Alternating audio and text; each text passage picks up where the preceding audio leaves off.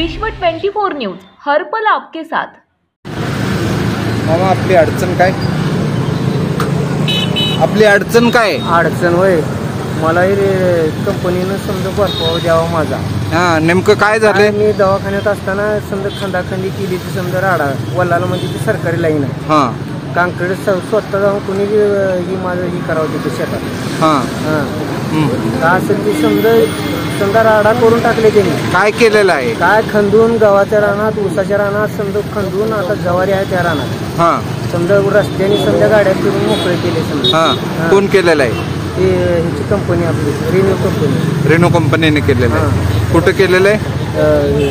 शेतामध्ये। शेतामध्ये कोणत्या ठिकाणी?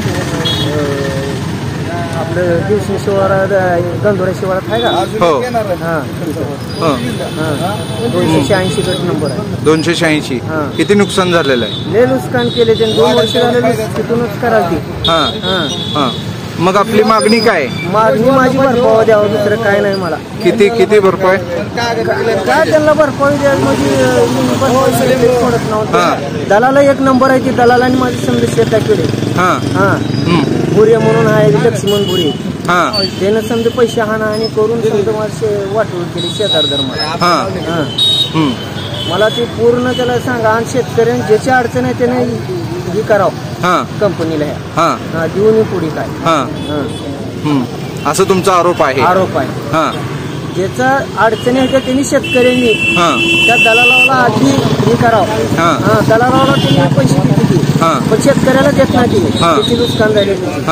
आधी दलाला धरते मग पुन्हा कंपनी जाते, पुन्हा काय असं काय कुठे न्याय आहे का ह्याचा? न्याय उपयोगाचा नाही असलं।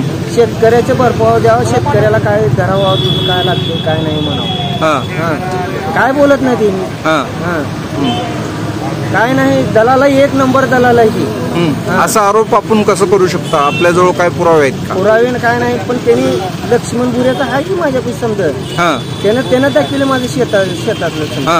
तुम्हाला माहित नाही? माहित नाही मला। त्यांनी म्हणते ती ही दिलं ती दिलं, काय दिला मी? माझा ऍक्सिडेंट झाला राहील पोलीस स्टेशन नाही।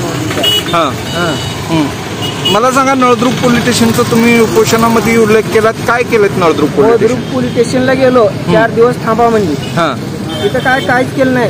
तिथं 2दा आलो, पुन्हा सब स्टेशनला गेलो। सब स्टेशनवर बी मला त्या ह्यानं बंदूक लावलं सिक्युरिटीनं, मी पूर्ण काम बंद केल्यावर त्यांचं असलंही केली माझ्या। तरी मी कलेक्टर साहेबाला नोटिसा दिल्या, ती दिल्या, काय केलं नाही। काय झालं नाही, दखल घेतली ना कोण। डायरेक्ट आता उपोषण। मग मला सांगा, आपल्याला न्याय नाही भेटली तर आपली पुढची भूमिका काय राहील? उपोषण मी जो पण न्याय भेटत ना तो पण उपोषण सोडणार नाही, चालू राहणार। ठीक आहे।